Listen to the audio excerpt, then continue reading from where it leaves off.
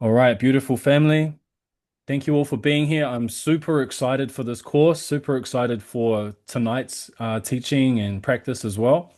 This has been a long time coming for me. This is the first time I've held a space online, and it feels really good. I'm really excited about this one. So I'm just going to open us up with a prayer. Some days it might be a karakia, some days it might be a prayer. I'll start us off with a prayer from my teacher, Tachin. So just ask you guys to bring your hands into the prayer mudra.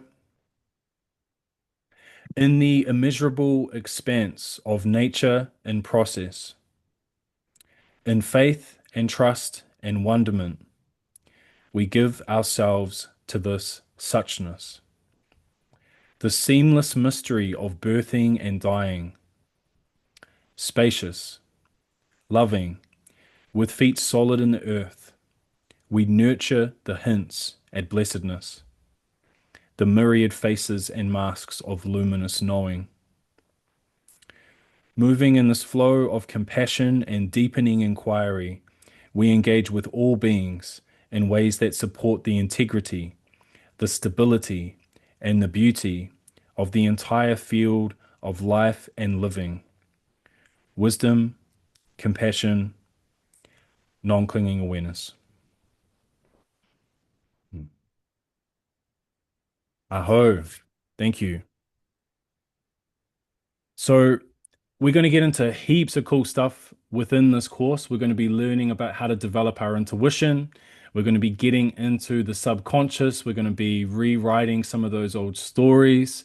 We're going to be learning different techniques, different powerful practices for attuning to our heart, different meditative practices, things that can really increase the quality of our life.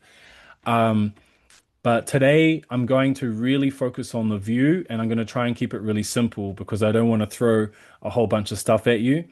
But we are going to go into some really important stuff. Yeah, what I'll do first is I want to actually start with a practice. So I want us to start initially with a meditation practice. We're going to start with a little bit of breathing and I'm going to show us some certain techniques we can use with movement, just sitting down. And then we'll go into a short sitting practice. Okay, so again, just making sure that you're comfortable where you are, just wherever you're seated and that you can hear me. And we're just going to be breathing in through the nose, out through the nose. Okay, so just gentle but very deep breaths. So we'll just practice with a deep breath now. So breathing in, full belly, full chest, and then up to the head, and then slowly let it fall down. So again, breathing in, letting it fall out. Full breath in, belly, chest, all the way up to the head, and then let it fall out. So we're not forcing the exhale, we're just letting it fall out naturally. Again, deep breath in, belly, chest, head, slowly let it fall out. We're going to do a few more of those. Deep in, belly, chest, head, and slowly let it out. Let's go for two more of those. Breathing in and letting it fall out.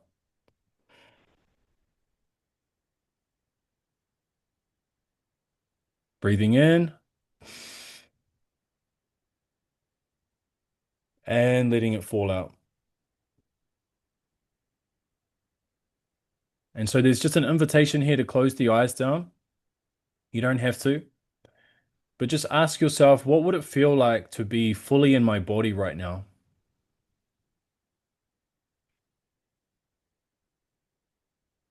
And just feel into the body. Just notice how the body's feeling,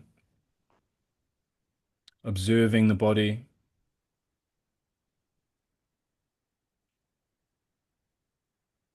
And so let's do a second round of this breathing now, okay? Same thing. Every single breath, we're going belly, chest, all the way up to the head, and then we're letting it fall out. So here we go. Fully in, letting it go. Fully in, and letting it go. Fully in and letting it go. All the way in, letting it out. All the way in, letting it out. This time all the way in and hold it at the top.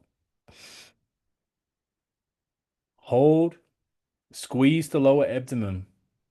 Draw all the attention to the crown of your head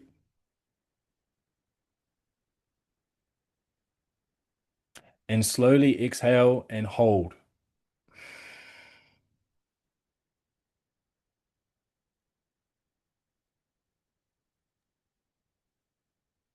Very gently bring your breathing back to its natural rhythms, just when you feel it.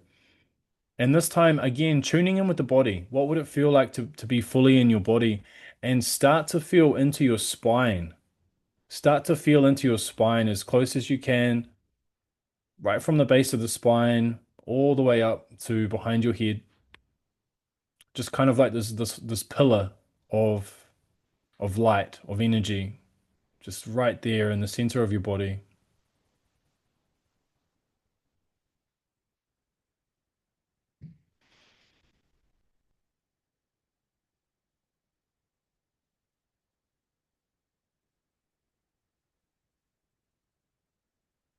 Beautiful. So we're going to do some seated qigong. I'm going to call this hand qigong. And we're going to start with your right hand. I'll do my left hand so it looks easier. All we're going to do is like raise the hand and then let it fall down. We're going to do it really slowly. But what we're going to do is we're going to tie it with our breath. So breathing in and raise the hand up. Breathing out, let the hand float down back to your lap. So let's do two more on that side. Breathing in, really slow. Breathing out.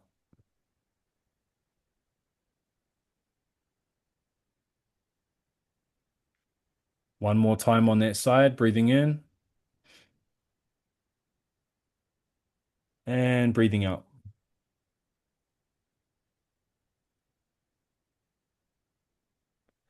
Let's switch to the left hand now. Breathing in and breathing out.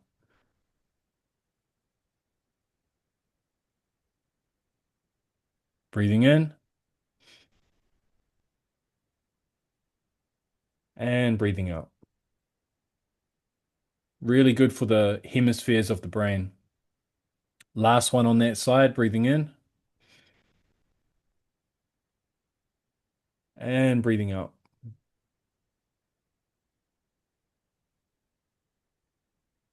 And relax. Okay, last exercise. Maybe look slightly away from the screen. We're going to follow the tip of our right finger. And I'm just going to look at my finger, the tip of my right finger, and I'm just going to follow it down and follow it back up in a vertical line. And I'm going to really, like a laser, focus my attention right on the end of my finger. But I'm also going to tie it with my breath. So when I breathe in, the finger raises, I follow it with my eyes. And when I breathe out, it floats down and I keep my eyes on it.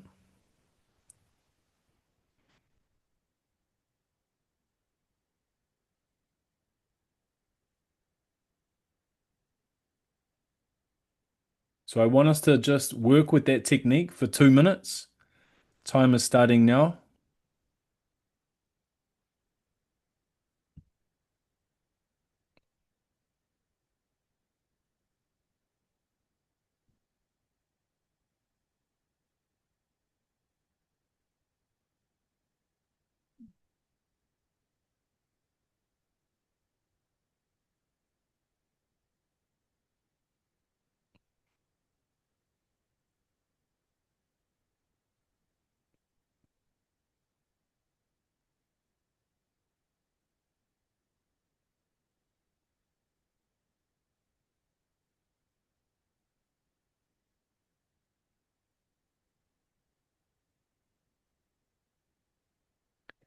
keeping that attention dialed in on the end of your finger, using the breath to guide the movement.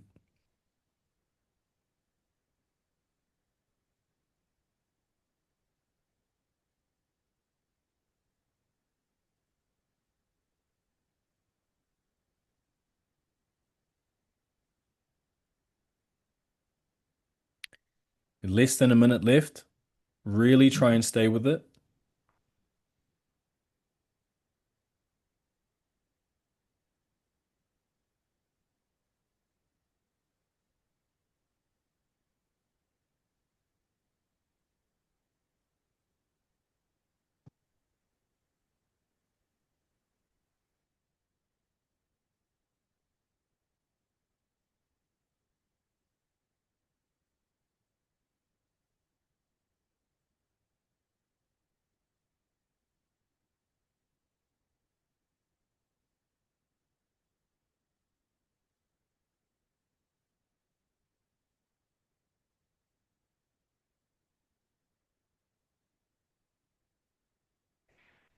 Gently relax the hand down on the next exhale.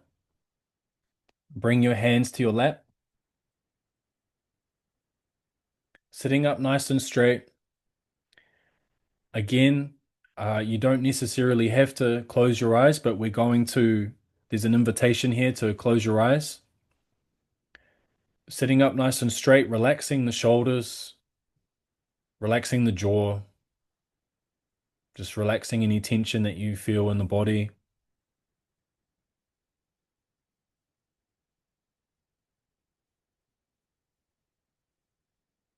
And before the clear light of awareness can shine through, there needs to be a foundation of calm and easefulness in the system. And so, just with your natural rhythm of breathing, we can just contemplate breathing in, calming the physical sensations in the body, breathing out, calming the physical sensations in the body.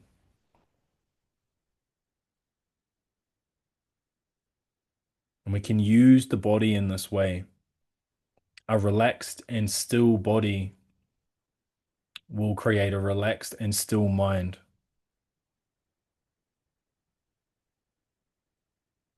And there's no real point of attention here. We're just relaxing and making this transition to just being here, to just landing here.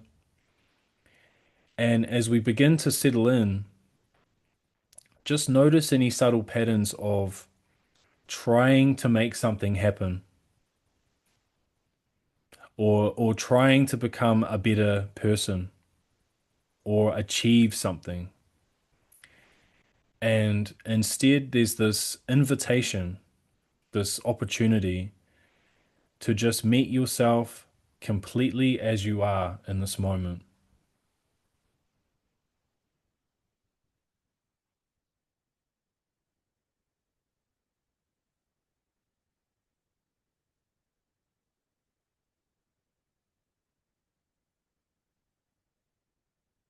There doesn't have to be a story around that,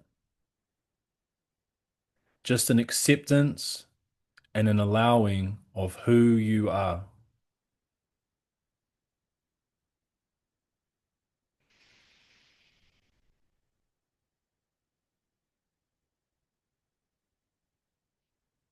Notice when we stop trying to change anything, there is immediately more peace. There's more peace in our experience.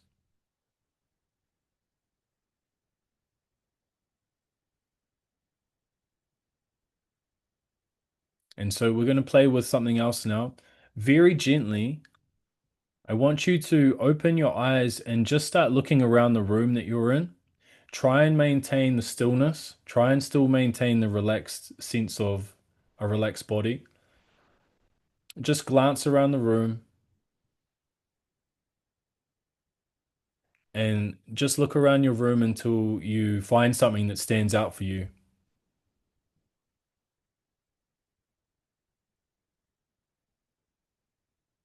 And once you've got it, just with a really soft gaze,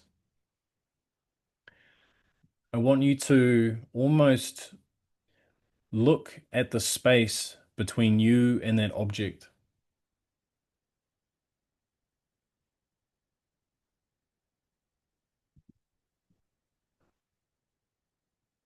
Try not to let it become fuzzy. Try and let it become lucid.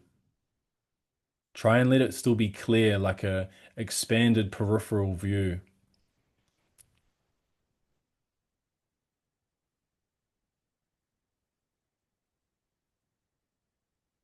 So you're breathing, you're aware of your body, and observing the space between you and that object.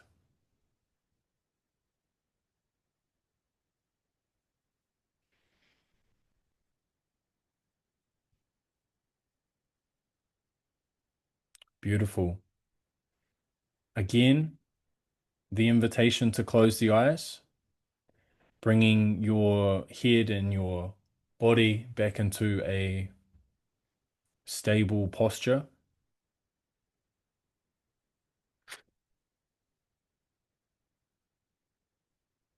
and start to become aware of what the subconscious is already picking up. So, the different sounds that are happening outside of the room that you're in, the temperature, the seat underneath you. Just start to open your senses and become more aware of what your senses are picking up.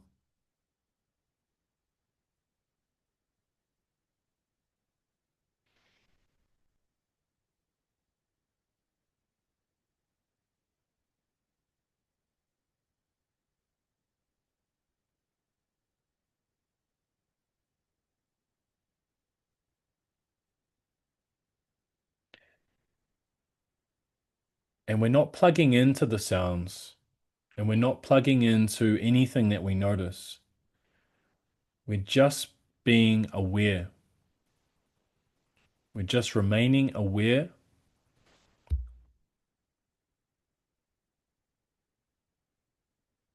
and we're trying not to drift.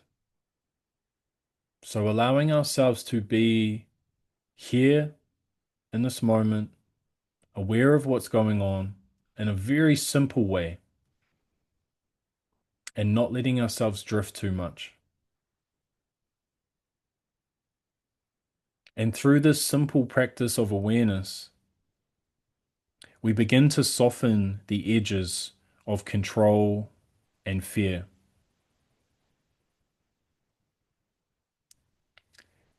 The control and fear in your mind and your nervous system, we're softening those edges through allowing ourselves to feel safe here in the present moment and to simply rest into awareness.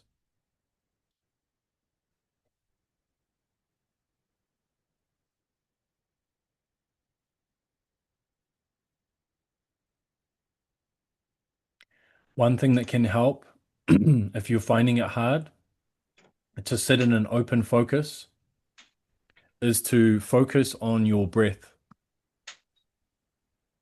to bring your awareness to the space just under your nose and just focus on the breath, just observing it going in and observing it going out.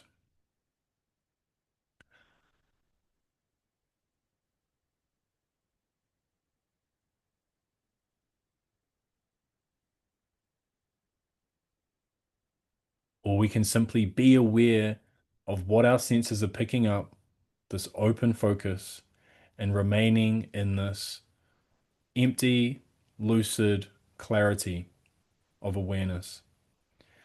And every time we sit down in a calm and concentrated state, we begin to disengage and detach from all the old programs of survival and begin to come into coherence with your body, with your heart, with the wider field of existence. with your natural state, which is love, bliss, clarity, connection, simplicity.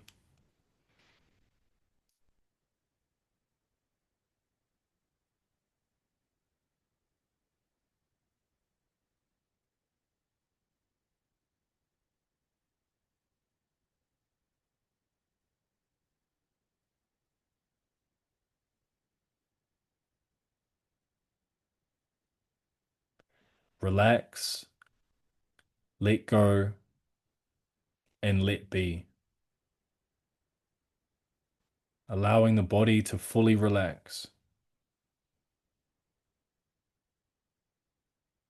Letting go is to detach from any kind of identification with any story. You can put it all down.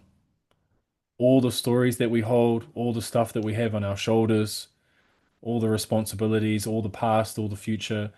This is an opportunity to just put it all down in this moment and practice letting all that go. And the letting be is to allow everything to be exactly as it is.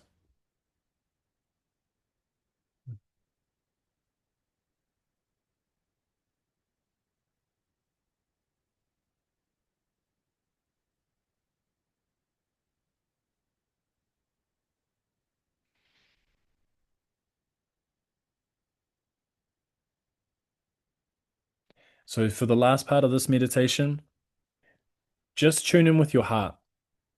Just do a little check in with your heart. So, we're dropping the awareness into the heart center.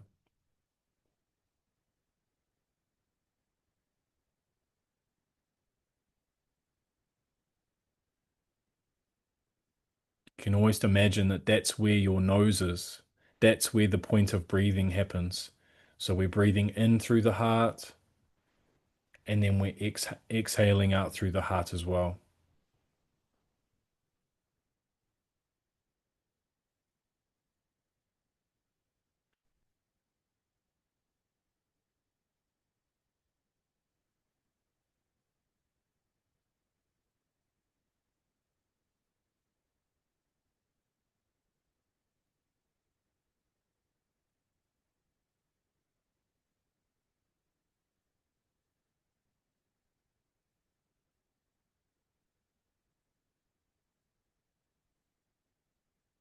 Beautiful. So, gently opening your eyes and slowly coming back. Awesome. Welcome, Niwa and Kylie. Thank you guys for joining. Awesome to have you guys here. So what we're going to do now is I'm going to show you guys a PowerPoint that I created. We're going to get into some of the philosophy. We're going to get into the view. We're going to get into some important keys here. So if I'm hoping you guys have a pen and paper, what I'll suggest is take some notes. Take some notes on the things that stand out for you, the things that resonate. And also, if questions pop up for you, we will have a time at the end for questions. So if you have a question, just write it down. And then at the end, we can go for a bit of a Q&A. So I'll see if I can bring this onto the screen.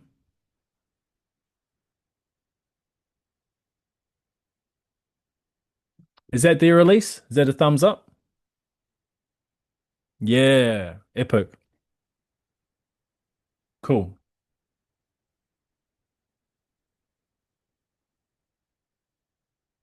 Okay. Stop revolving, start evolving. Wisdom keys from the School of Dharma and holistic medicine. So this is actually the title of the book that I wanted to write, that I've wanted to write for about 6 years. So this is kind of me heading in that direction. It's been really fun putting this together, actually.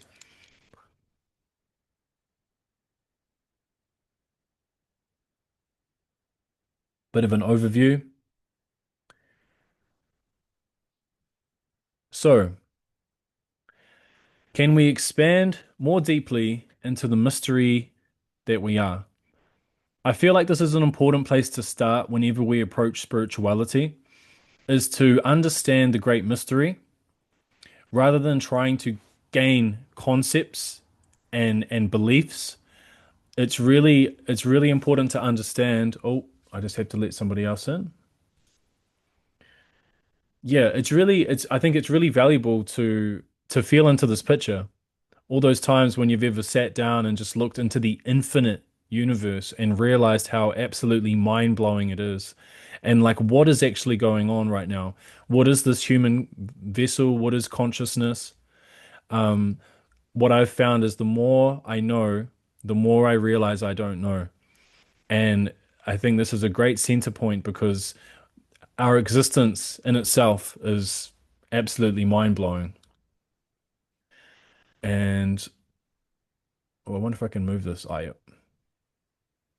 So, exploring consciousness as a profound mystery, we come into this world in inconceivable ways. A vast mystery of consciousness, stars, galaxies, and a human being. It took billions of years to build this body, billions of years of intelligent shaping within your DNA.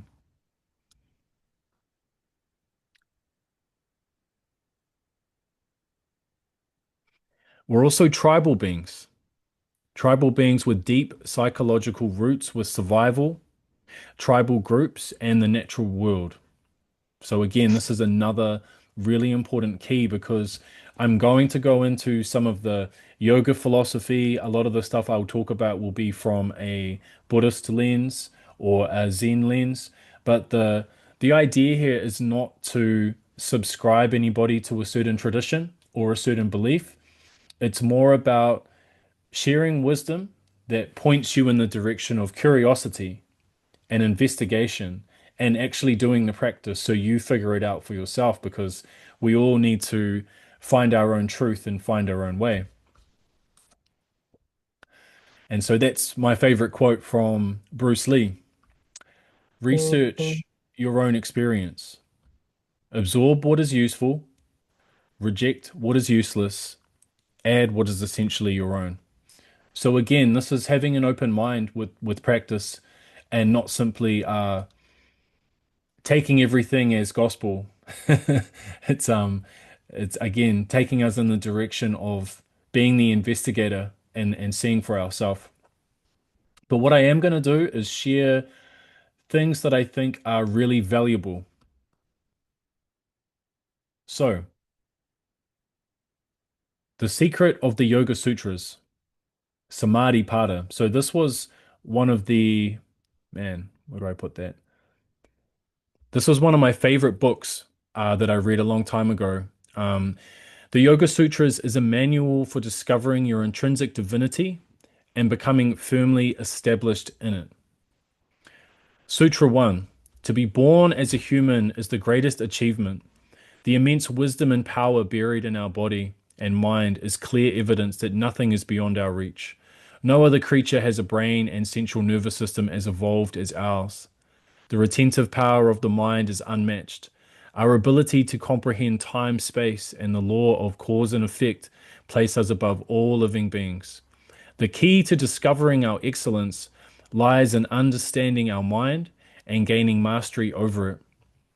We have set out on the path of conquest with a self-defeating mind. Thus, doubt, fear, uncertainty, sorrow, grief all become a part of our destiny. The Yoga Sutras teach us how to eliminate these acquired and self-defeating properties and reclaim our innate luminosity. So there's a key point there on, if you've picked it up, uh, discovering our intrinsic divinity. So it's pointing to something that's already there. It's pointing to the fact that you are a divine being. It's already the case. And this kind of view is very direct. So this is more of a direct view coming from yoga philosophy. Practice is the key to success. A one-pointed mind is stable. It no longer grieves over the past or worries over the future. The mind is serenely active and flowing peacefully inward. This journey has many distinct stages, all of which are accomplished by a one-pointed mind.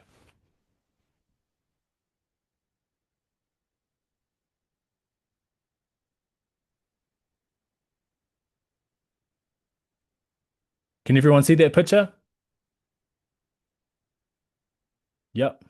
Cool. Okay, we're going to do another little practice. This is another little guided practice, okay? So again, we're just going to sit up. We're going to sit up and just take a little moment to visualize. So the invitation again is to close your eyes. Imagine the following. You are standing at the shore of a vast ocean. Under your feet is soft, springy grass, life bursting forth in all directions. Slightly behind you on your left is your mother, and on your right is your father. Behind them, left and right, are their mothers and their fathers, and so on, back to the earliest humans. Follow the path of evolution. It extends through mammals, birds, reptiles, amphibians, fish, insects, and plants, back to the very beginning of life.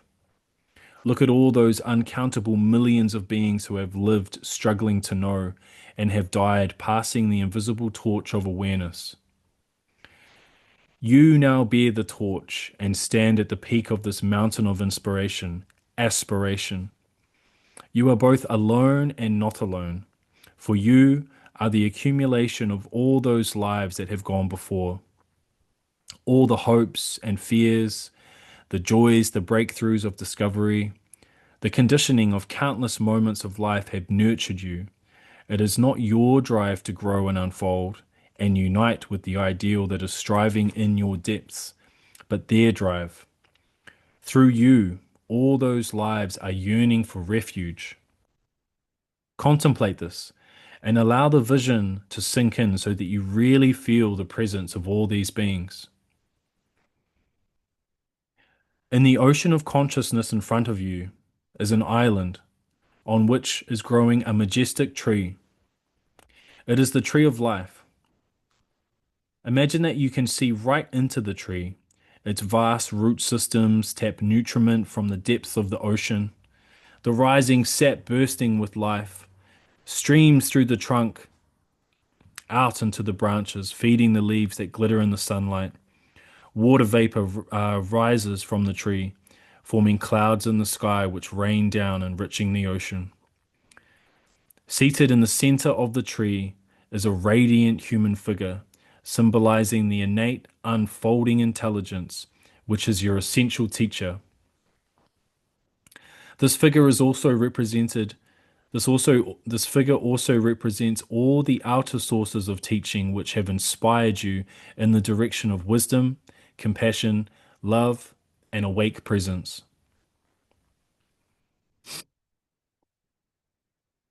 Fruits of wholeness, truth, knowledge, and the skillful means to attain it. Continually ripening in the foliage around this radiant figure and fall to nourish the ground below. Throughout the branches are countless numbers of jewel-like flowers of all colors and all stages of growth. The entire tree wafts of fragrances of rare and beautiful perfumes. This is the eternal tree of life, and it symbolizes the ideal you, your true nature. The you standing at the shore is the real you, the you with your conditioned habits and partial views.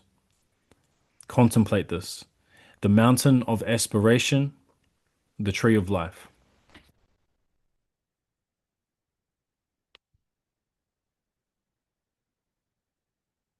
Beautiful. So you guys can open your eyes now and we'll move along. There we go. And I would say that most of you realize that you're on some kind of path of growth and unfolding. Otherwise, you wouldn't really be here. With all the different things that you could be doing on a Tuesday night, you all realize that there's a path and that you're on it, and that we're usually heading in the direction of growth. or we're going backwards or we're being stagnant.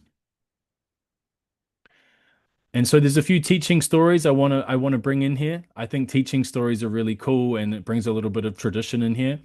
So there's a story of the master sitting by the river, sitting by the stream, and an old beggar comes crawling towards the stream looking for water.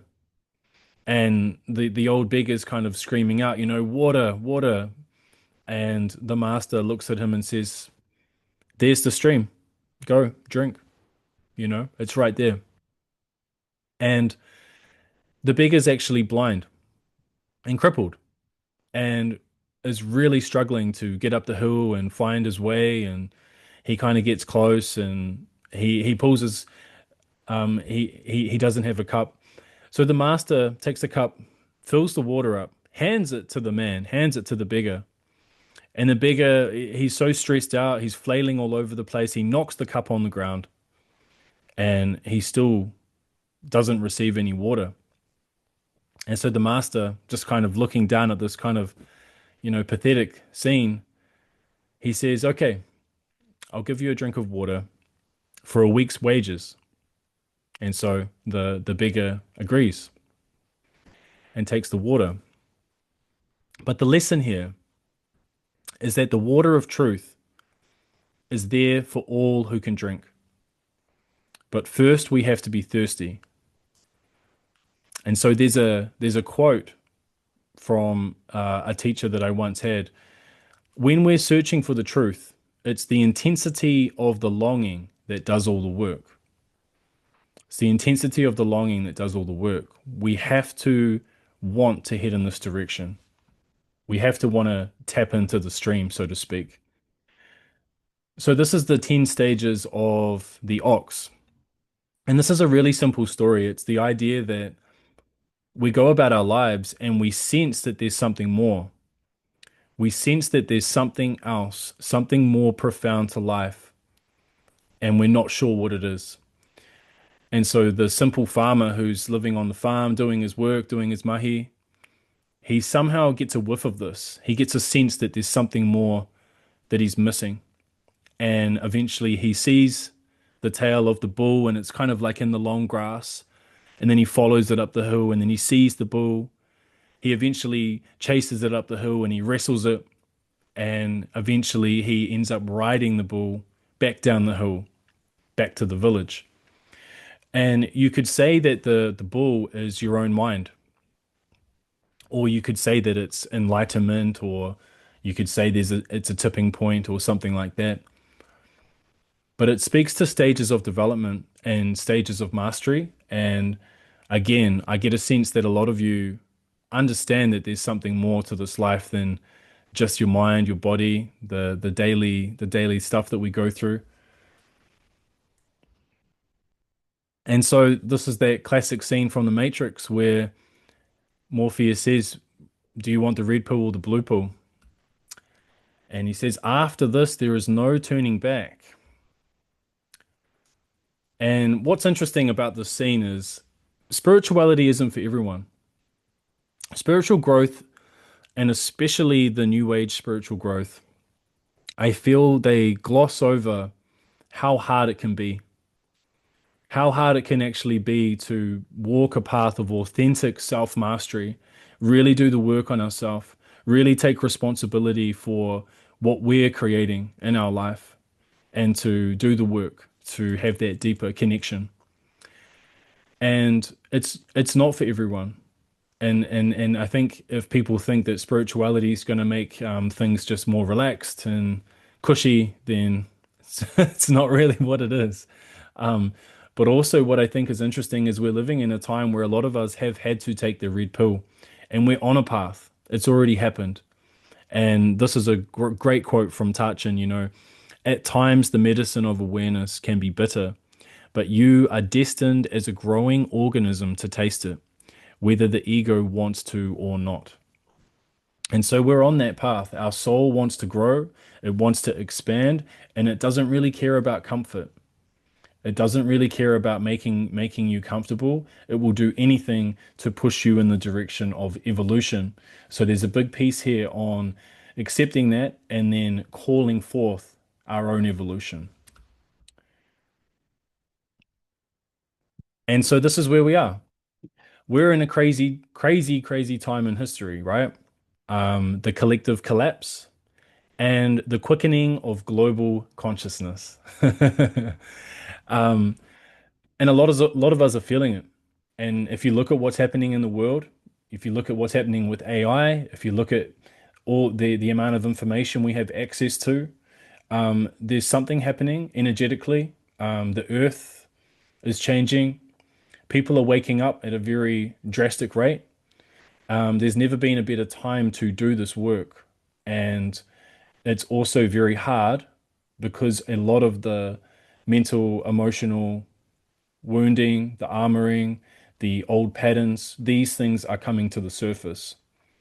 And so I'll just read a few lines here because there's an alchemy as well. If we understand that there's a quickening of consciousness, if there's a facilitation of awakening that's happening on this planet right now, then what can really help is understanding the alchemy of wherever there's pain and challenge. So any pain that you're feeling is a sign that higher is possible. Not just higher, but to receive higher. There is a universal pull towards evolution. Understand that pain and challenge can be alchemized into purpose and vitality. Create space to listen to what's coming through. The old patterns are falling off. Your doer pattern, your people pleaser pattern, your fixer pattern, your victim pattern, your take care of everybody else except yourself pattern. These patterns are getting loud because they are ready to be released. The pattern is dying, but it's not who you are. And this is big. This is a really big key here because when we realize an old pattern is surfacing and we realize that there's a new, more authentic, more evolved version of yourself coming through, the idea is to stop energizing that old pattern. But if we energize it, if we plug back into it, we keep playing that role. It causes a lot of discomfort. It gets harder and harder to do things the old way. And so a lot of the time we have to feel the discomfort. I experienced this on a retreat that I did earlier this year. I realized that when hard emotions come up, like for me, it was even things like self-loathing, um, just being able to sit with it, just being able to sit in the emotion and allow yourself to truly feel it rather than pushing it under the rug all the time, allows it to alchemize, it allows it to untangle. And it's not that we're getting stuck in it. It's what can really help us to understand that we are holding space for that pattern. We are learning how to become the love that that pattern never had. A lot of these patterns are a lack of unconditional love, right? Um, and so allow what is freaking out to be heard by the now. And you will understand that the now is holding space for these patterns. And again, there's a really massive key here. There's a conviction that there's something here in the present moment that is helping you evolve, that is pulling you forward, that is helping these patterns fall off. And the more we attune to that thing, the more everything will happen naturally. Doesn't mean it's easy. Doesn't mean that there isn't bumps along the road. Um, but this is the direction we're going into. More authentic, more aware, more love, more real, less bullshit, more aligned. And so we're getting close to these keys now. Some of these fundamental keys that might not seem like big things to you guys, but they are very, very helpful and they are very fundamental to the spiritual path. So we have the Four Noble Truths. Four Noble Truths of Buddhism. Oh, not the lady on the horse just yet. Life is suffering. First noble truth is life is suffering. The second noble truth is why. Why is it suffering? Because of attachment and aversion. Because we grab onto things and we push things away. The grab and push, right? We don't allow things to be as they are. We can't be with what is. So there's a constant clinging and then there's a constant denying and pushing things away. So we're not welcomers of life, we are deniers of life. The third noble truth is there is a way to bring suffering to an end. And the fourth noble truth is that way. It's the path, and it is the eightfold noble path. And the first one on the eightfold noble path is right view. So you have right view, right concentration, right livelihood, right effort, right energy, right concentration. I don't really want to get into all of that today because what I've found really important and really interesting is just going back to the first noble truth over and over again and realizing how important it is to come to your knees, get humbled by life enough times where you go, okay, I get it. The internal happiness, the wholeness that I'm seeking, the fulfillment that I'm seeking is not going to be found out there in the 3D world. Those things are great. I'm all for creating a beautiful life, and we're going to get into that at the end of this discussion. But the deep sense of wholeness, the deep sense of fulfillment is an internal job, and that's what it's pointing to. You could have all the amazing things in your life, and then something goes wrong, and then you're straight back down again, right? So, life as suffering is speaking to our tendency to not be in touch with the aliveness of our being and to actually be so caught up in the story of what's going on and just so caught up in the mind, raking through the past, planning for the future, more caught in the story of what's happening than what's actually happening in the present moment. And so the horse analogy is kind of like a lot of people's minds. It's like this runaway horse that's just going, going, going. What about this? What about that? What about this? What about that? All day long. And when we approach that, we have to be very skillful because we can't expect to grab the reins and just yank the horse and think it's going to come to a stop. And so there's a gentle approach that we have to do, but what we're doing is acknowledging it. We're acknowledging that there's a karmic momentum to our mind, and we need to attend to that. So this is a really important bit. So I would say maybe take some notes on this part as well, especially if you're a parent, especially if you have kids. This is actually pretty crazy, this information. So modern day challenges. We already talked about the first noble truth. It's always been hard to be a human being. But we have modern challenges with the shimmer and the digital age. Oh, I don't know why it did that. Go back. Okay. The anxious generation. What happened? So, depression and anxiety has been skyrocketing since 2011. What happened in 2011? Front-facing cameras, smartphones, and Instagram. And I think Instagram basically represents a whole bunch of social media and the explosion of social media. But I think the front facing cameras is a huge one as well, and smartphones are obviously a huge one. The average 18 to 25-year-old checks their phone 200 to 220 times per day. That's every 4 to 5 minutes. So there's a lot of studies that show the more presence of one's smartphone, there is a correlation to the reduction in available cognitive performance.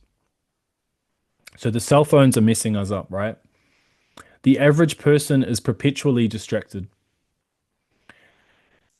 There's damaged attentional systems and damaged dopamine pathways. So when we're looking at a universal system, we really have to look at the dopamine mechanism. Where are we getting our dopamine from? Again, this is stuff that I talk about with the holistic approach. Are we getting dopamine from time in nature, from exercise, from hanging out with loved ones, from good music? Or are we not getting the right amount of dopamine and therefore we reach for it in the wrong places, right? Eric Godsey said, "We are living through an invisible global health emergency unlike anything in recorded history." And so, what's the wisdom here? Be someone helpful in a flood. A focused mind has access to 1,000 libraries of Alexandria. So this is the thing with the digital age that is actually ends up being a positive, is that we can actually be on the Zoom right now. Is that you can touch base with any master who is sharing their knowledge freely.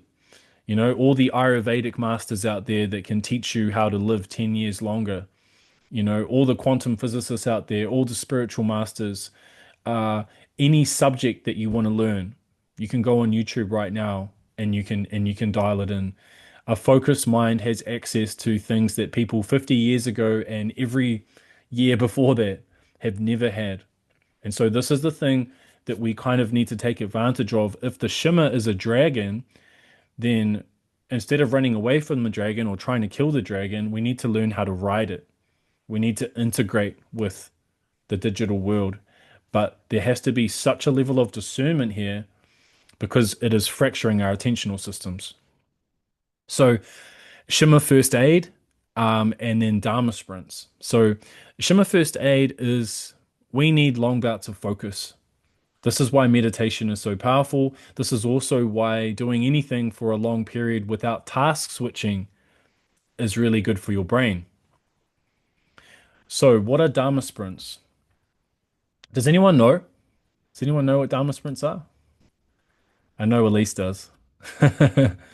So the idea of Dharma sprints is for creatives and for artists, but it works for everybody because we all have stuff that we need to do, right?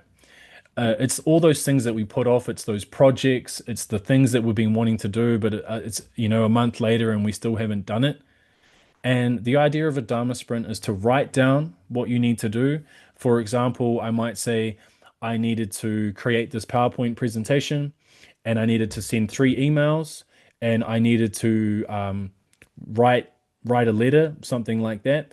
And I make a timer for 60 minutes or I make a timer for 90 minutes and I put the timer on and I do not look at my phone in that time. I simply do the task. And it's really interesting because it sounds so simple and like such common sense, but I think we are unconsciously quite addicted to our phones and actually putting the timer on and doing this focused work, you'll be so surprised how much you get done. Like it's such a productivity hack and it's incredible. Like I do it all the time now. This is going to be part of this 6 week course as well. So obviously we're going to be doing teachings on Tuesday night. We'll be doing a practice on Thursday night. But what I was thinking is sometime on Monday, maybe Monday, late morning or afternoon, just coming on the Zoom here, and we can all figure out what it is that we need to do. And we don't need to talk. There'll be no talking. I'll just kind of open it up, and we can just get our mahi done. So it's an accountability thing where we're all here, we're on the Zoom, and we're not going to task switch. We're not going to, scroll on my phone halfway through. It's a long period of focus. So you don't have to jump on the Dharma sprint aspect for this course, but if you have things that you wanted to do, even if it's like learning the guitar, even if it's like painting, like you've always wanted to like paint that picture or read that book, like we'll set the timer for an hour and we just have an hour of focused work. And again, this is the shimmer first aid. So when it comes to this stuff, meditation is the GOAT. Meditation improves every psychological measurement. It improves our physiology, our hormones, our sleep. It leads to better cognitive function, peak performance. We become more relaxed, more present, and we make better choices. So,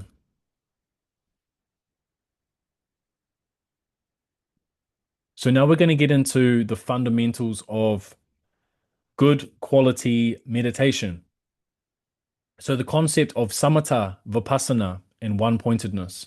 So these are key qualities within the Buddhist traditions. And I'll just say, Buddhism, Tibetan Buddhism, this all has roots back to India. So it's like it's all connected with the kind of the yogis from the Himalayas and the yogis from India, deep yogic roots. Samatha, the practice of calm abiding. Samatha is the quality of experience that is easeful, calm, accepting, allowing, accommodating, and loving. When deeply established, it is flavored with pleasure, bliss, and a tremendous sense of well being. A sense of inner stillness is a facet of samatha. So, this is the foundation. This is always the foundation when we do practice, is to calm down. To calm down. This is why I love to start with breathing exercises and some form of movement, slow movement, tied with the breath, being in your body. And we could actually do that now, just with your eyes open, just practice taking one of those deep belly breaths, belly, chest, head, letting it fall down. Let's do two more.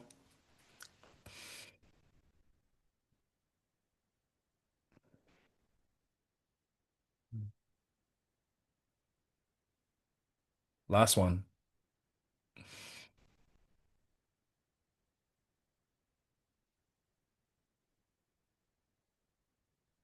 And bringing awareness to your body, just feeling. We're getting into this practice of feeling our body, just like being embodied, the synchronization, right? Just feeling your spine, feeling the seat under your feet. Like I can do this now while I'm talking.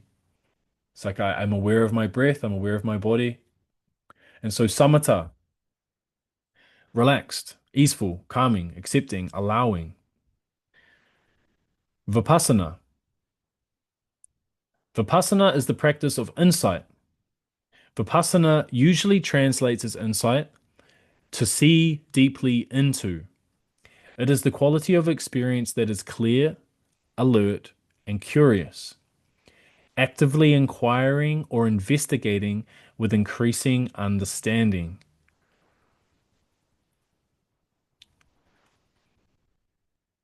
This is why the snake is used as symbolism, by the way. The snake is so receptive and aware. It's like if an earthquake happened on the other side of the earth, the snake's aware of the vibrations, you know. But the snake is also incredibly relaxed. And so this is that kind of that state that we're going for.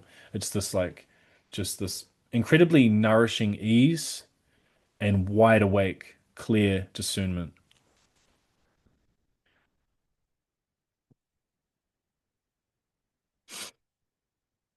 And so for awakening both of these aspects, samatha and vipassana need to develop and harmonize.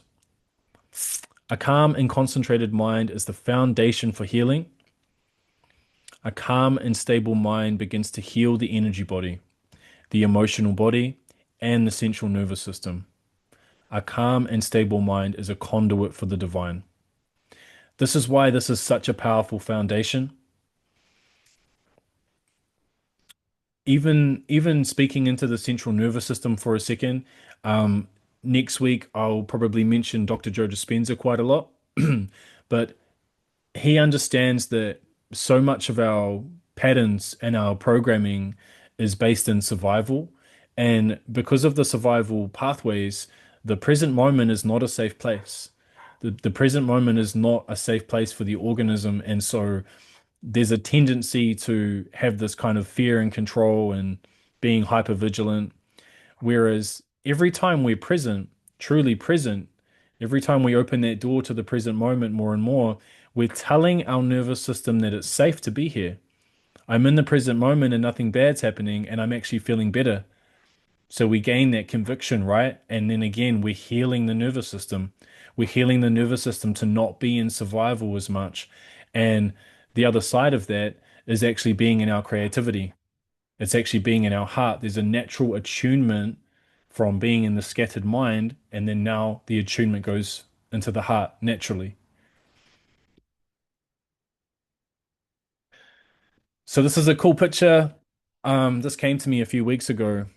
So now we're kind of in the temple, and there's three aspects that I want to speak into that I think are all important. So on the left here, we have all the skeletons and all the kind of locked closets and blind spots and the wounds and the armoring and the emotional blockages and the shadow, a lot of the shadow stuff. The shadow is not all bad, but a lot of this stuff is weighing us down. And so this side of the wall is the healing work that is coming up for us, or the healing work that is there to be done. And this is important. I think the problem with the partial views in some of the New Age spirituality is they usually miss one of these three walls that we're going to talk about. So we have the healing work, getting into the stories, rewriting some of these stories, having the emotional purges that we need to have when it's needed, and really getting into the subconscious and clearing what needs to be cleared. So on the right side of the wall, we have the, I guess you would say, the meditation and the higher knowledge. We have the attunement work. So we realize that we're on a path of growth and unfolding, and we begin to actively take it on, to actively call forth our own awakening. When you start to do a daily practice and you're consistent with that daily practice, you start to move into different dimensions of experience. And part of this is gaining knowledge, gaining insight, gaining deeper understanding, deeper wisdom, embodied wisdom.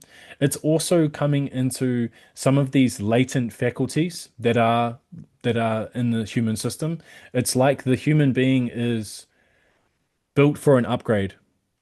And so we can start to open the heart, open the throat, open the third eye, open these different aspects of our self that are there for the taking, right? So we can develop ourselves spiritually and basically open the door more and more to our own wholeness, to source, whatever we want to call that, and become more wide awake, curious, loving beings. And in front of us is the mirror. And this also is really important.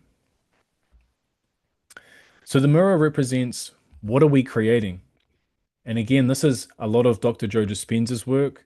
This is quantum physics. Quantum physics tells us that even through the act of observing is a creative act, because we are always co-creating our experience through our unconscious mind. And so the mirror is like taking responsibility for our life. And a big piece here is clarity. A big piece here is like, what do you want? And so a lot of suffering happens because we don't actually know what we want. And it's interesting, I've talked to a few clients even this week, people that think they're lazy. And I've been telling them, you're not lazy. You just lack clarity. If you had so much clarity on your vision and clarity on the steps to attain what you want, then there would be so much more flow and direction and energy happening in your system. But because we're not clear on what we want, it's sometimes it's kind of like we're spending all this time trying to save up for a car only to get the car and then not really know where we're going. You know what I mean? So there's a huge piece here on, what do you actually want? And the meditation practice itself, coming into a place of acceptance, right? Coming into a place of acceptance. But maybe when we look at our dreams, our visions, our goals. What are we actually calling in every day? What are we actually creating day to day in our life? What are our goals? Maybe the acceptance is actually asking yourself the question, am I satisfied with my life? And maybe accepting that the answer to that is no, and that's okay. And so we can do this work. We can do the healing work.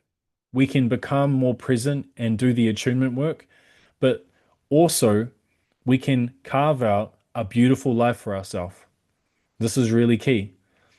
And it's not just about carving out a beautiful life, it's maybe getting to a point where you feel that you have a unique purpose and that you're actually here to do something.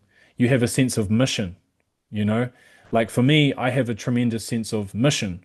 Like I know where I want to go, I know what I want to teach, I know the fields that I want to jump into, I know the things that I want to learn. And this is really important. It's also a big part of our happiness is asking ourselves, what do we truly want? What actually satisfies us? What do we actually desire? You know, but actually getting quite deep into this stuff. So we're going to do a lot more on this. We will get into the healing stuff in week 3, and we will actually get into probably a lot of the clarity around what we want next week as well. So I'm just going to finish with some action steps. Establishing a daily practice. So ideally, morning and evening. And what's important here is that when we start to look at bringing a daily practice into our life, it does not have to be a big, long practice. You don't have to sit for an hour. You know, it can be amazing to work up to half an hour, 40 minutes, but it would be better, especially if you're starting, to do uh, more frequent, shorter sits. It would be much better to do two 10-minute sits than to do one 20-minute sits, than to do one 20-minute sit if you're finding it hard. There's something really powerful about starting the day with a morning practice. And I would say maybe even more important for some people is to do it in the evening so that you calm your nervous system, so that you can reflect, so that you have a good sleep. And sometimes it can be a lot easier to drop in the evening as well. So it's about finding what works for you. You can sit cross-legged on the ground with a cushion under you. You can sit on a chair. You can find a nice way to sit in your bed. Whatever works for you. There's no right or wrong. Palms down, palms up, palms like this on your navel. So you can kind of have one hand over the other, fingers together, sitting on the navel, straight spine.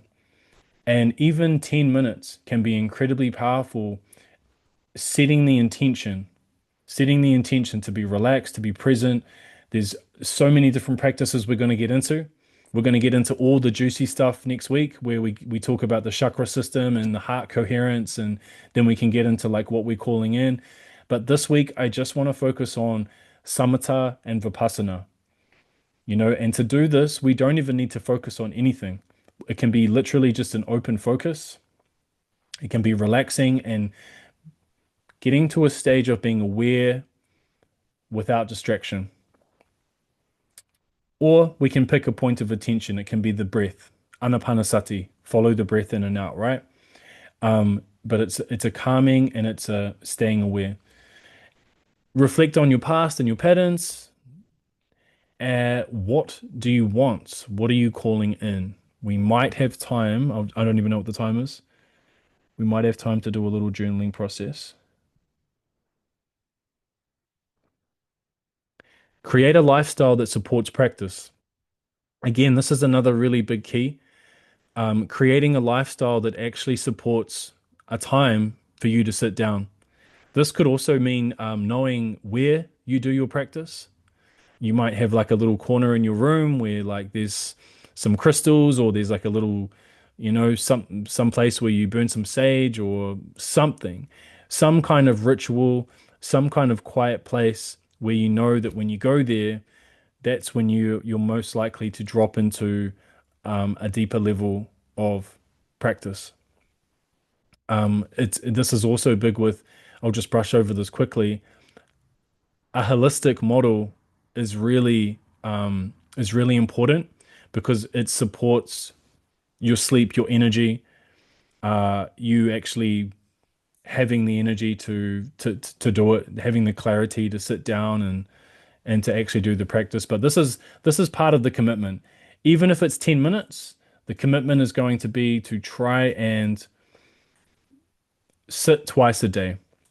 Because if you want to double the speed of how quickly these practices can start to bear their fruits, just sit twice a day. It will literally speed up the process twice as much, sitting twice a day. Sometimes the practice will bring our stress down, and so we're always at neutral. And so if the practice helps us, helps the pot not boil over and allows it to come down, the second practice is maybe the one that we're really going to drop in and have a powerful practice and really feel the really feel that love, really feel that connection. Pretty sure that was the last one. All right.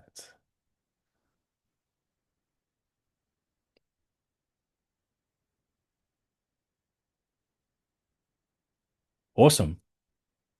Okay, cool guys. We're doing pretty good for time. What I'm going to do is a couple of really short practices. So again, sitting up straight. This is something you can do every night, by the way. This is uh, I'm not going to say the word right.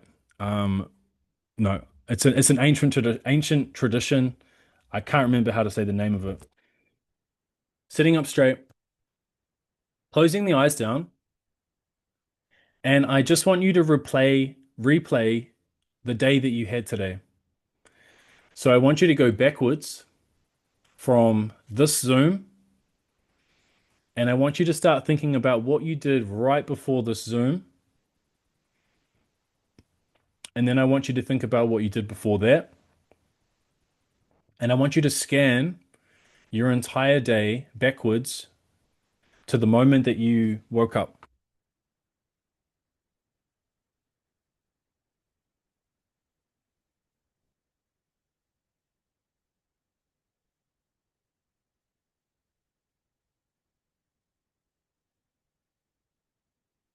And just look for things that stand out.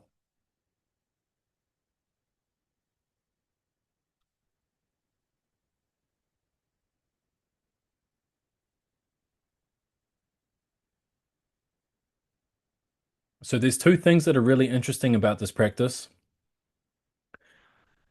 First of all, it'll help you sleep better because your subconscious brain doesn't need to process as much because you're doing the processing work for your unconscious. But the second thing is, whenever we reflect on our day, there's always something that pops up. I could have done that better. I got triggered in this moment. That conversation with that person was a bit off.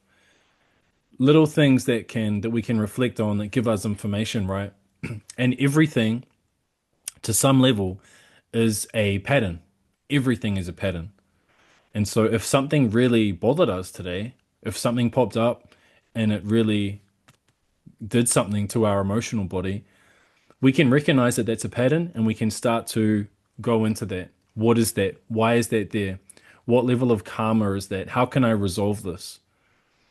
So, yeah, that's a really useful practice before bed. Um, like I said, it would actually help you sleep better. And then what I would usually do after that is plan the next day, just to kind of set yourself up for success. So I want to do a quick six dimension check in with everybody.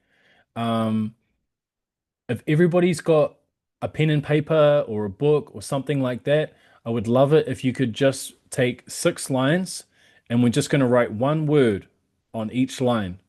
Okay. So the first three are body, mind, emotions.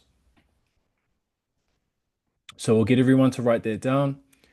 Body, mind, emotions. Each word gets its own line.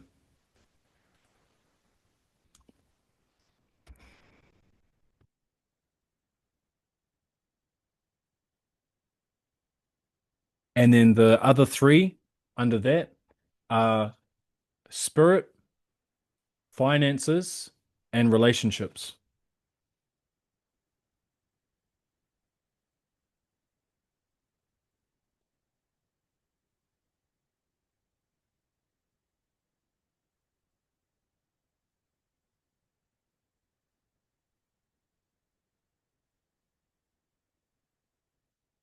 Cool. So, what I want you to do is to give each of those a number out of 10 for the last week. So, if you think about the last week, how has your body been? How do you feel in your physical body? So, we're starting with that and we're just thinking about the last week, the last few days, the weekend, early last week or late last week. How has your body been feeling?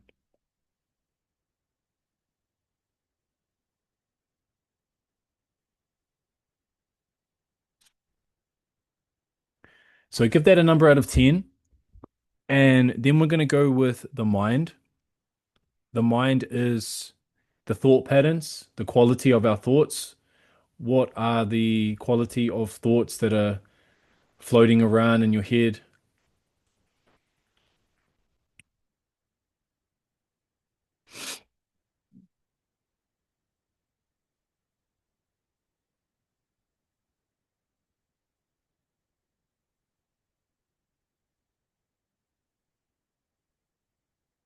Okay, then we've got emotions. How have you been feeling? Give it the last week. Has it been hard? Have you been on top of the world? Has it been a bit blah? Has it been up and down? Try and give it a number out of 10.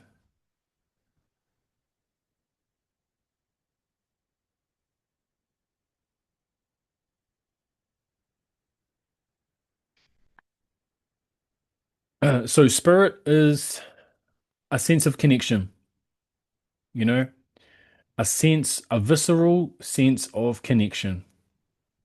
How connected have you been feeling? So, giving that a number out of 10. Obviously, we're trying to be as honest as possible here.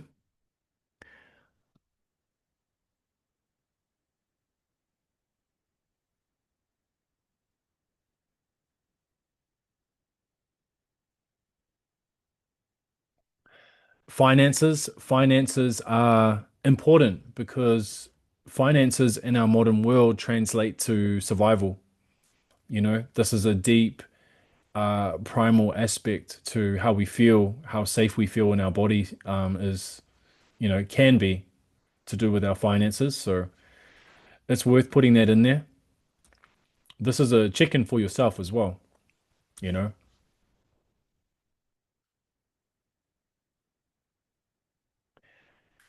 And then the last one is relationships.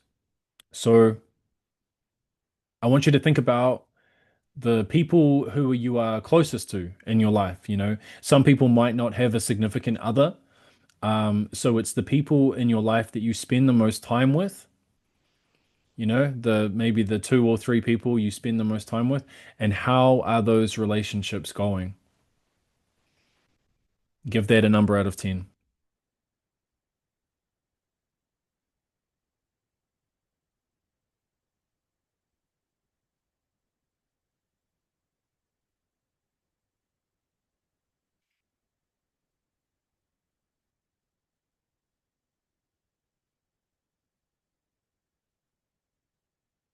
Cool.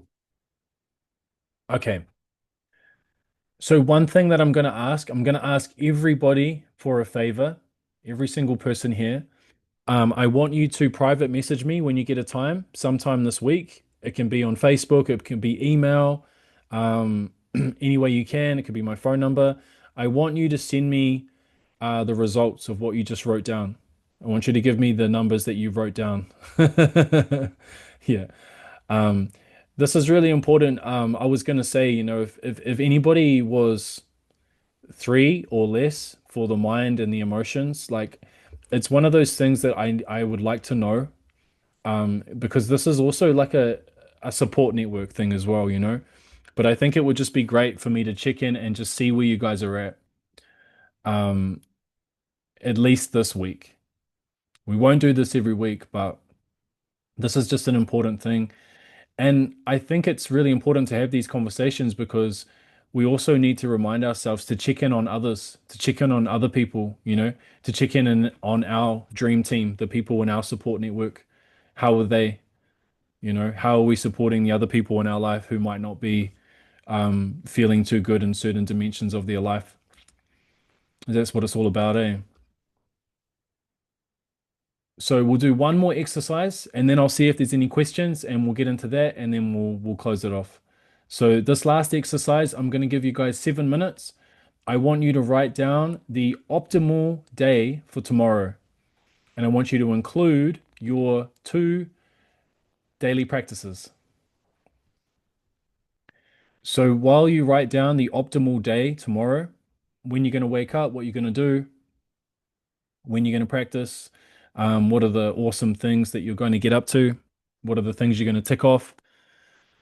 Um, if meditation is new to you and you do find it hard, I would offer that daily practice can be mind, body, or breath. A mind, body, or breath practice. So if you only have 10 minutes in the morning and you're still getting the hang of this, I would say maybe do some breath work, maybe do some qigong. Um, Guided meditations can be really good. I'm going to send an email out with links to the guided meditations that I've got on YouTube, and maybe some suggested ones as well. But also, if you can sit in silence, then that's beautiful. And I think everyone should be doing breath work, some form of pranayama. It's so good for you. The breath holds, the life force that you're bringing into your body.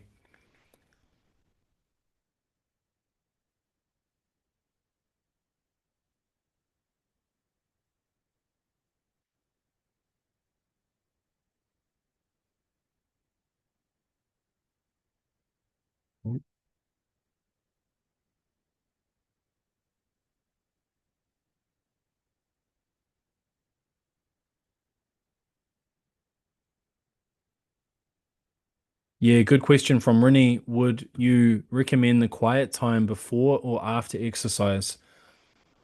In the morning, it's actually that's a good question. I would say if you're talking about training at the gym, I would say before, but also I have certain friends who go straight to the gym at 4 in the morning, like Elise, and then she comes home and then does her practice. So it's about finding your own rhythm. It's about finding what works for you. I like to sit first thing, like I will walk outside, I will go bare feet on the earth, and I will kind of shake around, do some breathing. I'll do 3 rounds of breath work. I'll do some stretches, and then I'll sit. What really works for me is to not touch my phone while I do my practice. Like I like to do my practice before I even kind of touch my phone or take it off airplane mode. But I would say work it into your lifestyle. Work it into what feels good with you. If you can do a morning practice, you can start to have these little moments throughout the day. In Taoism, it's called presencing. You just pause in the supermarket and just allow yourself to be present. But because you've done the morning practice, you can drop in a lot faster.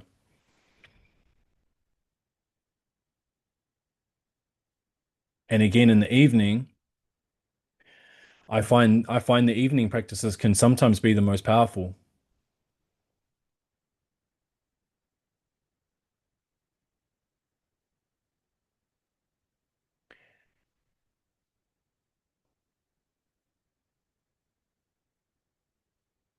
It takes the pressure valve off trying to work anything out when there's a non-negotiable practice. You don't have to think about it. It's just like, okay, cool, 6 o'clock, 7 o'clock, I'm on the cushion. And it's skill development. It's like it reminds me of martial arts. Like I was a long time martial artist. A lot of you know I was a long time Muay Thai fighter and trainer and stuff. And if this whole Zoom was about throwing punches and kicks, then I've basically given you all the information on how to get really good at that. But if you don't show up to training, you're not going to get any good at it. You need to show up to training. Showing up to training is actually getting on the cushion. It's actually starting and finishing the practice. It's setting the intention, you know? And it's just it's useful to understand that our mind hates it. Our mind does not want to do it. It will wriggle its way out of being.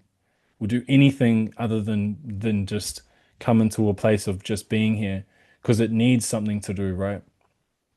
So set the intention, get in the gym, get on the cushion.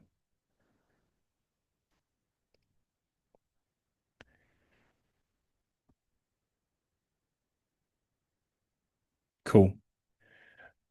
Well, if everyone's written out their, I guess their perfect day tomorrow, use it as a framework. Doesn't have to go exactly like that, but it's really helpful to have a framework.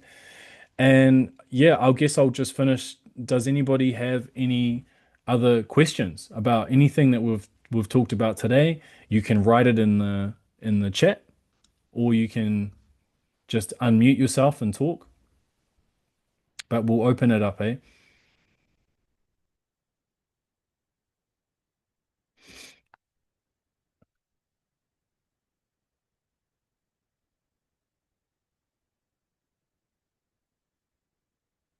No questions, easy. Can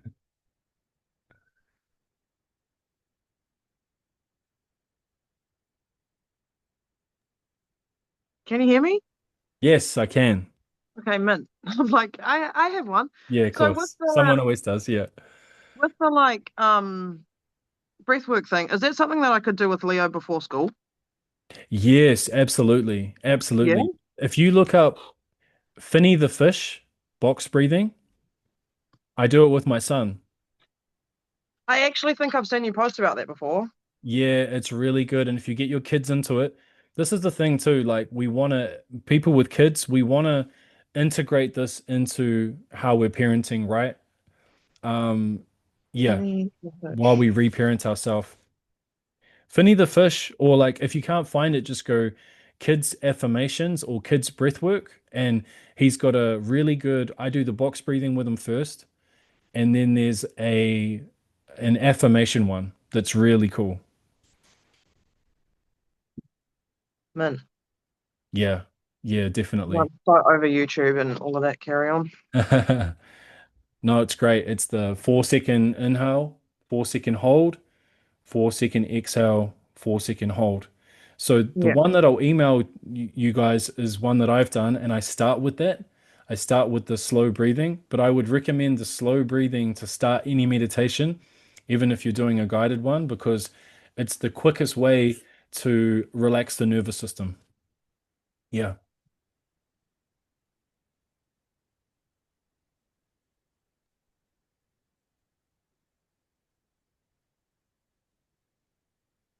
Also, yeah, if anyone else has got some questions, just go ahead. But I also say, how is everyone feeling about Dharma sprints? Was anybody interested in the idea of Dharma sprints and the Yep. idea of like, yep, like we can just come on the Zoom, Yeah, and definitely cool. yeah, awesome, man, awesome. Yeah, it really helps, and you can just knock out a whole bunch of stuff, right? Because we all have that stuff that we kind of want to get done. And so just making an intentional time would be really cool. So I was thinking like late morning Monday or afternoon Monday. Yeah, Yeah, I mean, yeah. cool, cool. I've got a real random question, bro. Um, Yeah, yeah. when we were doing that like meditation thing with the like your ancestors behind you on the left and the right, Mm, I had this real out of it experience where with my left side being my mother's side with her ancestors behind me, I felt like a lot of light and nearly like weightlessness to my left side, and then with my right side, it felt quite dull and like way back. Do you think there's any meaning behind that, or? I don't know where it came from. It just sort of happened.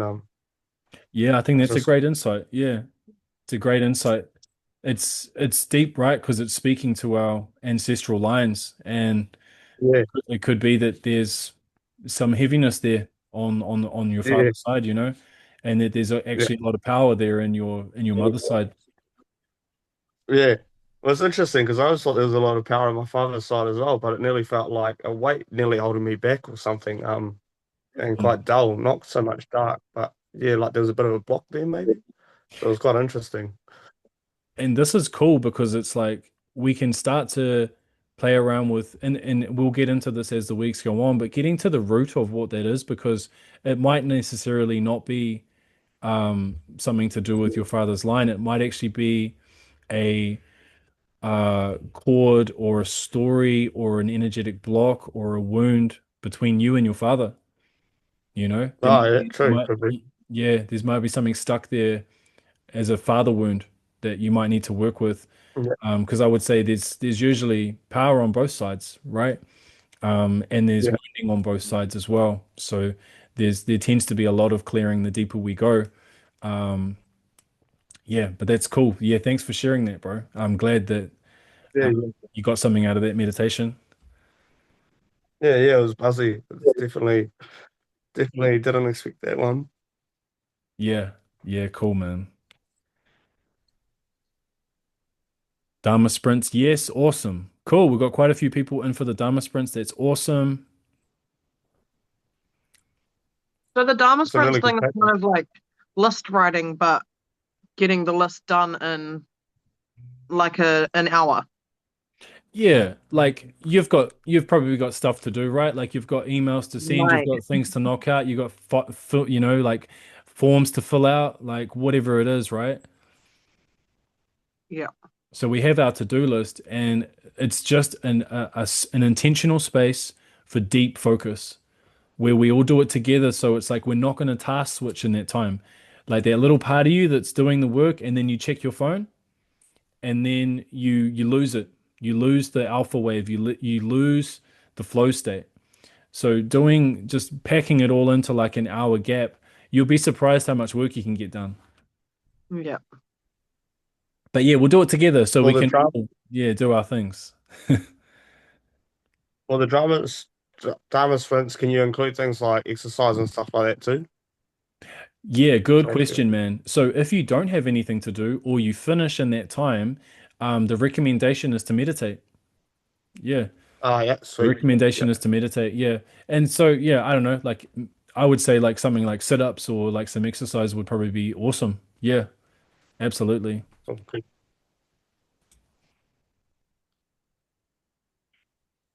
Cool. Yeah, thanks everyone for commenting in here in the chat and just sharing some of the insights and stuff. How do you get to the chat? I think there's a little box that says chat down the bottom, If you're and on your then phone, tap the bottom yeah, and yeah. it'll come up with the options. Yeah, is there a way to do it on the laptop? Yeah, Yeah. absolutely. From I'm on the laptop and down the bottom there's a whole forget what you call it. There's a whole list of icons, and for me it's the fourth one across. It just says chat. But I mean, you've got Oh your yeah, at the moment I'm on my phone. I only have the laptop for trading, but I don't actually even really know how to use the laptop. I need to figure that out. well, But I yeah, can't look, find the chat you're on thing. here talking anyway, so you're good. We can just have the conversation. Um, but yeah, that was a great first session. And so Thursday will be more of a straight into a practice, and it'll be similar to the first one we did today, but we'll go a little bit longer. And we might break it up, and so there'll be different practices throughout. I wanted to keep it really simple this week, really simple, because this practice of just being here, allowing yourself to just be here and just meet yourself as you are. This is also a really good practice for integration.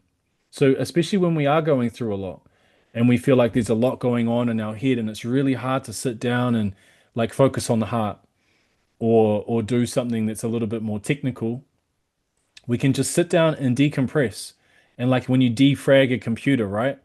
You just like let yourself defrag. You let the waves kind of settle, and if things come up, you let them come up.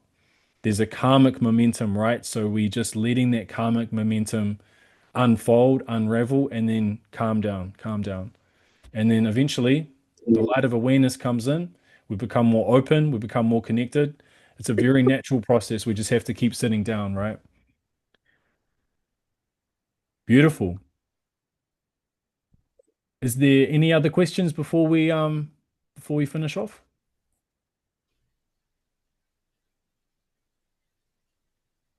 Two, three. Beautiful. Okay, cool. Let's finish off with a prayer. We'll go hands at the prayer mudra.